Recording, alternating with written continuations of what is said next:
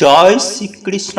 রাধে রাধে বন্ধুরা। আগামী 9 ভাদ্র 26শে আগস্ট সোমবার সকাল 8টা বেজে 36 মিনিট থেকে শুরু করছে ভগবান শ্রীকৃষ্ণের জন্মাষ্টমী তিথি, যা থাকছে তার পরের দিন 10ই ভাদ্র 27শে আগস্ট মঙ্গলবার সকাল 6টা বেজে 49 মিনিট পর্যন্ত।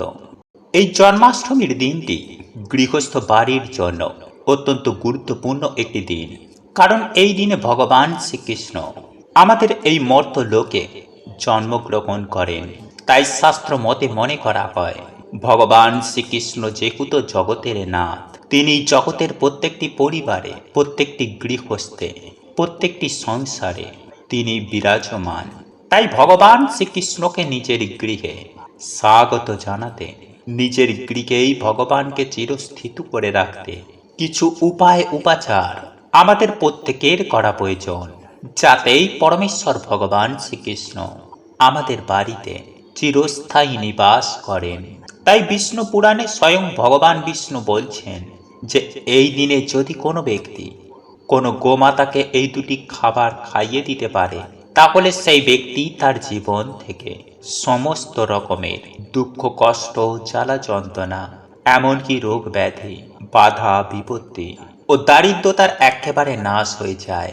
শুধু তাই নয় বন্ধুরা, ভগবান শ্রী হরিবিষ্ণু এও বলছেন যে এই দিনে যদি কোনো ব্যক্তি তাদের ঠাকুর ঘরে সামান্য এই জিনিসটি এনে রাখতে পারে, তাহলে সেই ব্যক্তির জীবনে তথা সেই পরিবারে আর্থিক উন্নতি হবেই হবে। হ্যাঁ বন্ধুরা, আপনারা এক কথায় বলতে পারেন যে ভগবানের আশীর্বাদে আপনারা রাতারাতি কোটিপতি হয়ে যাবেন। শুধু তাই নয় বন্ধুরা, যাদের বাড়ির ঠাকুর ঘরে এই একটি জিনিস থাকে, তাহলে সেই বাড়িতেই মা লক্ষ্মী সদয় বিরাজ করেন। হ্যাঁ বন্ধুরা, মানে সেই বাড়িতে কখনো দুঃখ, দারিদ্রতা ঘিরে ধরতে পারে না। তাই বন্ধুরা, যদি আপনাদের ঠাকুর ঘরে এই জিনিসটি যদি না থাকে, তাহলে অবশ্যই বন্ধুরা জন্মাষ্টমীর দিন এই জিনিসগুলো কিনে এনে আপনার ঠাকুর ঘরে রেখে দিন, যদি চান যে আপনাদের বাড়িতে মা লক্ষ্মীর কৃপায় সদয় সুখ শান্তি বিরাজ করুক, ধন দৌলতে আপনাদের বাড়িতে সদা সর্বদাই ভরপুর হয়ে থাকুক। তাহলে বন্ধুরা অতি অবশ্যই এই ভিডিওটিতে বলা এই একটি মাত্র জিনিস আপনারা আপনাদের ঠাকুর ঘরে এনে অবশ্যই রেখে দিন। কারণ অনেক সময় বন্ধুরা কি হয় যে কোনো নেগেটিভ ঊর্জার ফলে আমাদের বাড়িতেই বিভিন্ন রকমের সমস্যা লেগেই থাকে, মনের ইচ্ছা পূর্ণ হয় না। কিন্তু বন্ধুরা এই জিনিসটি এতটাই পবিত্র যে এই জিনিস বাড়িতে থাকা মাত্রই সেখানে কোনো রকমের নেগেটিভ এনার্জি বাস করতে পারে না, এবং মা লক্ষ্মী সেই বাড়িতে নিজে দৌড়ে আসেন। এর জন্যই আমাদের শাস্ত্রে এই জিনিসগুলিকে ঠাকুর ঘরে রাখতে বারবার বলা হয়েছে। তাই চলুন বন্ধুরা এইবার আমরা জেনে নিই সেই জিনিসগুলোর ব্যাপারে, যার মধ্য থেকে আপনারা অন্তত পক্ষে একটি জিনিস হলেও এই জন্মাষ্টমীর দিন বাড়িতে এনে রাখবেন। তাহলে আপনাদের আয় উন্নতি কেউ আটকাতে পারবে না।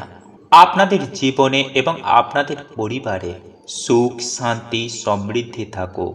ভগবানের আশীর্বাদে আপনারাও কোটি কোটি টাকার মালিক হয়ে উঠতে চান, তাহলে ভিডিওটি পুরো অবশ্যই দেখুন। এবং ভিডিওটি আপনাদের যদি ভালো লেগে থাকে, তাহলে ভিডিওটিতে একটি লাইক অবশ্যই করবেন এবং বন্ধু বান্ধবী আত্মীয় পরিজনের সাথে শেয়ার করবেন, যাতে তারাও দেখে উপকৃত হতে পারে। মনে রাখবেন, ভালো জিনিস শেয়ার করাটাও ভালো কাজ, ঈশ্বর বা ভগবান আপনাদেরও ভালো করবে। পরিশেষে এই রকম ধার্মিক জ্ঞানবর্ধক ভিডিও পেতে চ্যানেলটি সাবস্ক্রাইব করে পাশে থাকা নোটিফিকেশন বেল আইকনটি অন করে রাখবেন। তাহলে আপনারাও নতুন কিছু জানতে পারবেন, নতুন কিছু শিখতে পারবেন। চলুন এইবার মূল আলোচনায় প্রবেশ করা যাক। তবে মূল আলোচনায় প্রবেশ করার আগে জয় শ্রীকৃষ্ণ, রাধে রাধে লিখে কমেন্ট অবশ্যই করবেন।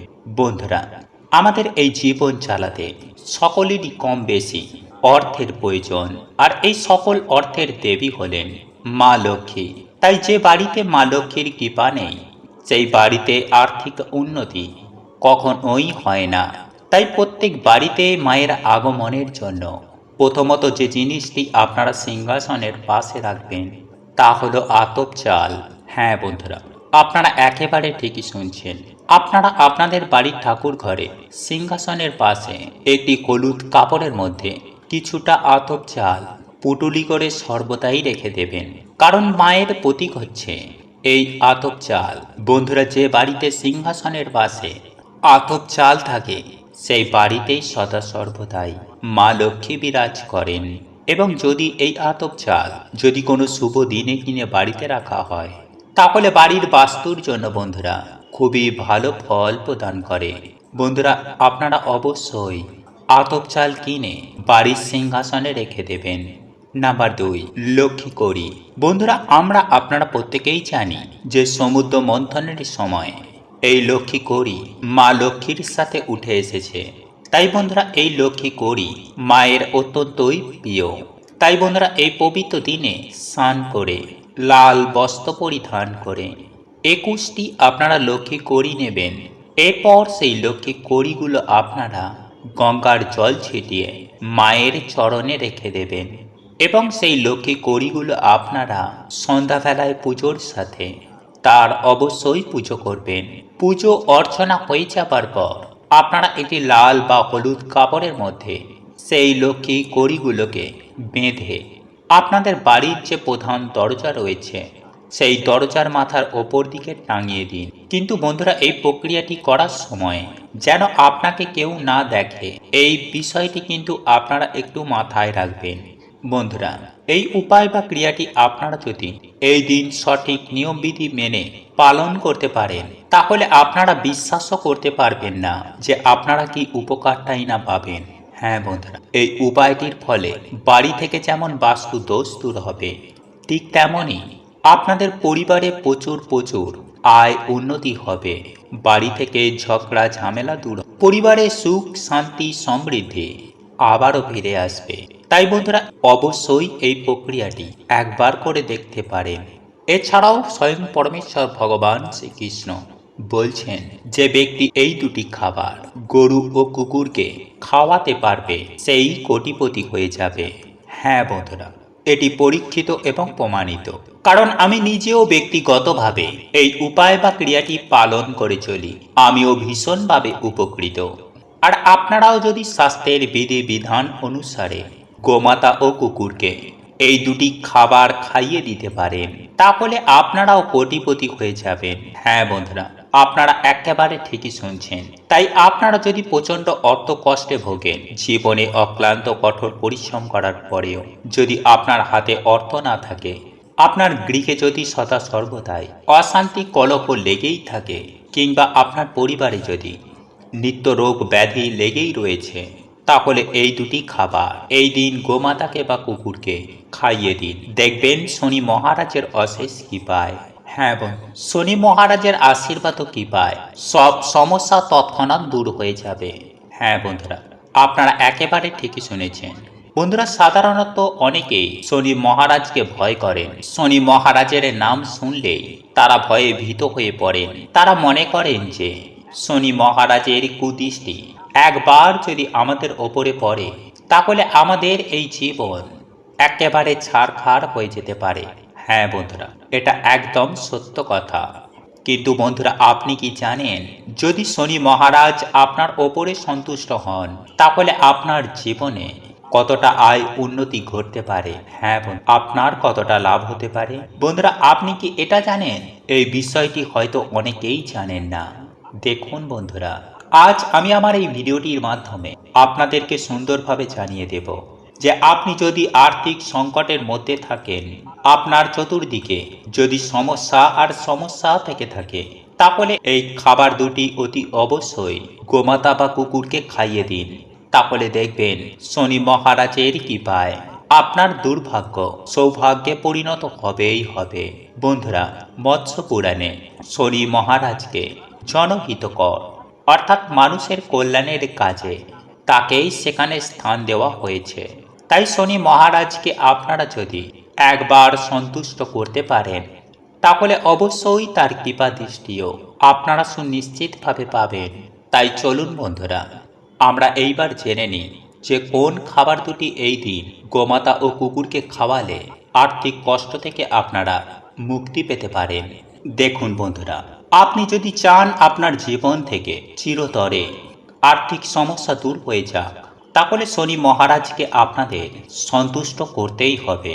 দেখবেন আপনার জীবনে যে কোনো মুহূর্তে যে কোনো সমস্যার খুব সহজেই সমাধান ঘটে যাবে।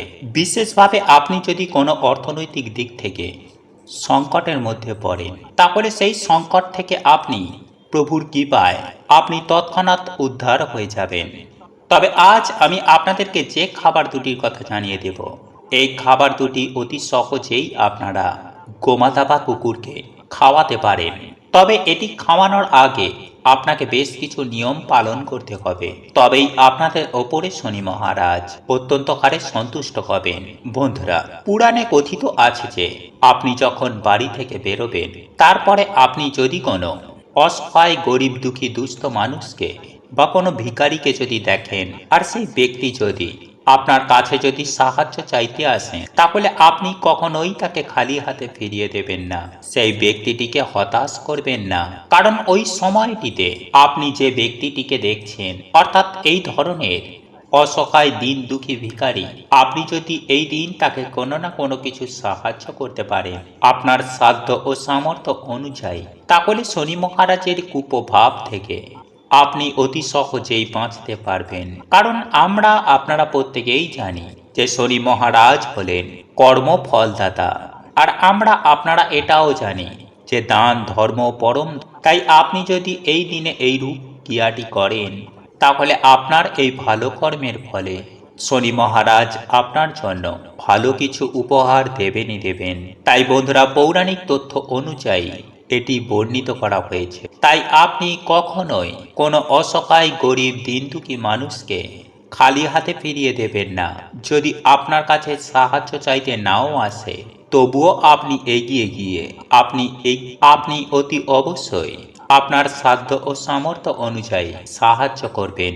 দেখবেন শনি মহারাজ আপনার ওপর অত্যন্তই সন্তুষ্ট হবেন। যাই হোক বন্ধুরা, এরপর দ্বিতীয়ত যে নিয়মটি আপনাদেরকে পালন করতে হবে, তা হল বন্ধুরা, আপনারা আপনার বাড়ির পার্শ্ববর্তী যে কোনো শনি মন্দিরের আশেপাশে যদি কোনো অসত্য গাছ থেকে থাকে, সেই অসত্য গাছের গোড়ায় অতি অবশ্যই কিছুটা পরিমাণ কালো তিল ও সামান্য পরিমাণে সরিষার তেল ঢেলে দিয়ে আসবেন। আর আপনাদের পক্ষে যদি সম্ভব হয়, তাহলে শনি মহারাজের যে কোনো মন্দিরে এই কালো তিল বা সরিষার তেল কিংবা কালো রঙের কোনো বস্ত্র আপনি এই দিন দান করে আসতে পারেন। আর যদি আপনি এই কাজটি উল্টো রথযাত্রার দিন করতে পারেন, তাহলে তো আর কোনো কথাই নেই।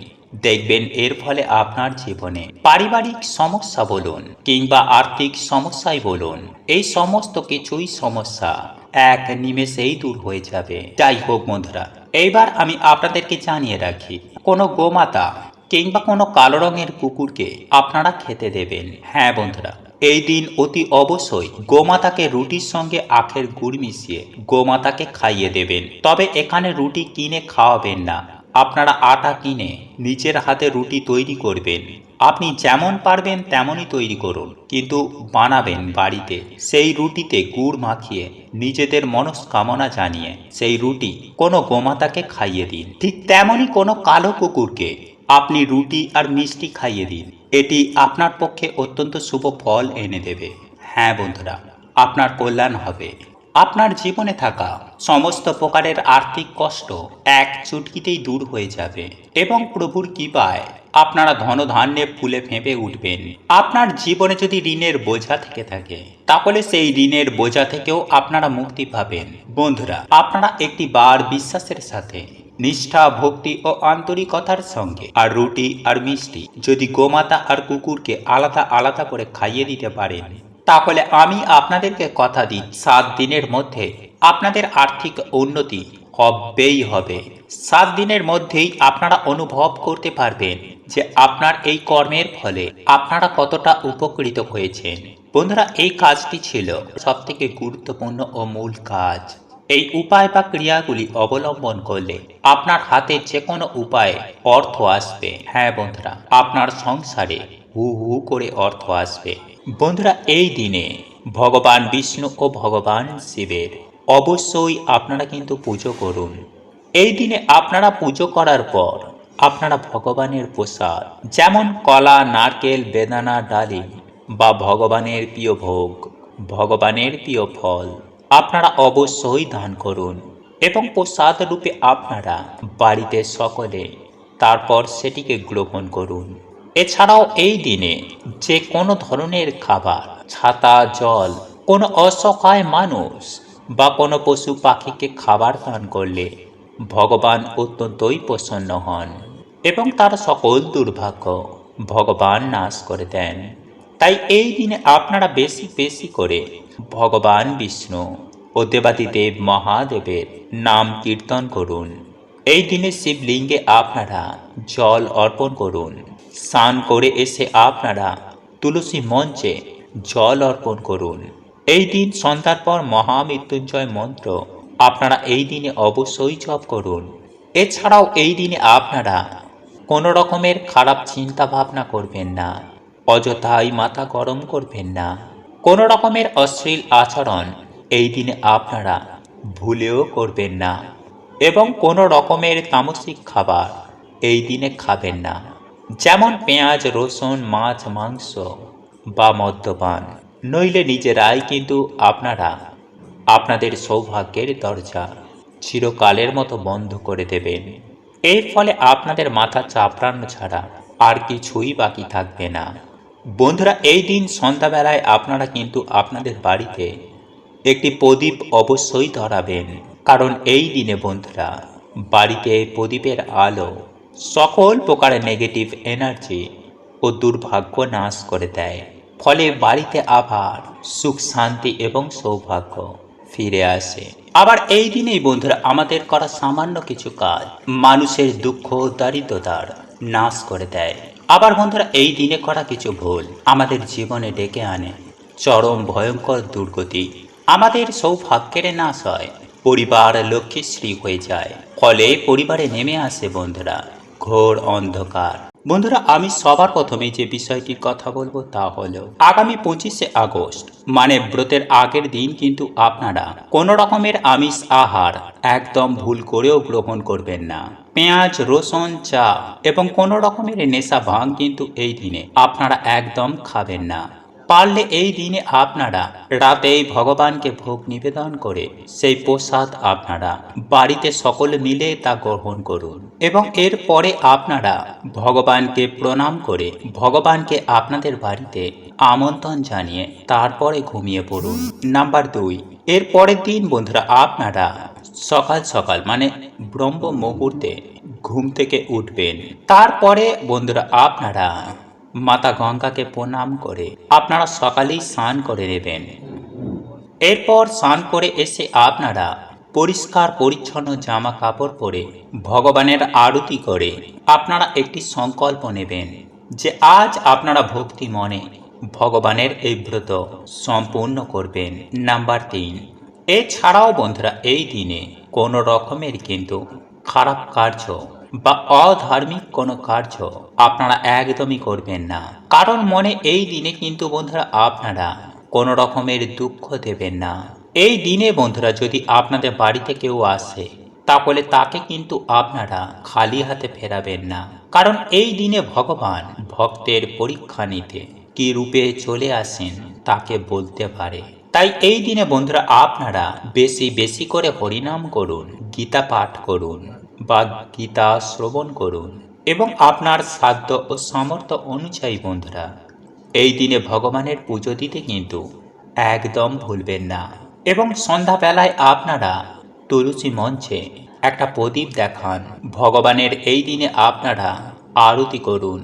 এছাড়াও বন্ধুরা এই দিনে কোনো রকমের গাছপালা এবং চুল দাড়ি কিন্তু আমাদের ভুল করেও কাটতে নেই। নাম্বার 4, বন্ধুরা আমাদের হিন্দু শাস্ত্র বলছে যে জন্মাষ্টমীর দিন আমাদের ভুল করেও অন্ন গ্রহণ করতে নেই। তাই যারা বন্ধুরা এই দিনে উপবাস রাখছেন তারা ব্রত সম্পূর্ণ হবার পর বা পরের দিন কিন্তু তারা ভগবানের প্রসাদ গ্রহণ করে এই ব্রত পালন করবেন।